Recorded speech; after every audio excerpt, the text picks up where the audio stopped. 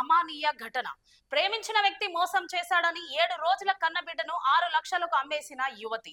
హైదరాబాద్ నగరానికి చెందిన ఓ యువతిని ప్రేమించిన వ్యక్తి మోసం చేసి యువకుడు, దీంతో ఆమె బిడ్డ పుట్టగా పోషించే స్తోమత లేక విక్రయించాలని నిర్ణయించుకున్న యువతి 12 మంది మధ్యవర్తుల సహాయంతో కరీంనగర్ జిల్లా గన్నేరువరం మండలం చాకలినివాపల్లె గ్రామానికి చెందిన బామన్ల రామాయులు లత దంపతులకు 6 లక్షలకు విక్రయించిన తల్లి.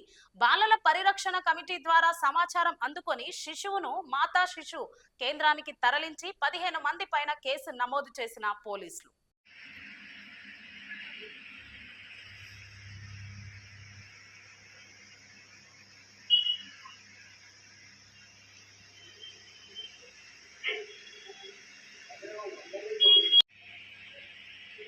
సారీ అమ్మాయి కూడా అక్కడ పోయి కార్ దగ్గర ఉన్నది, కార్ ఎక్కుతుంది.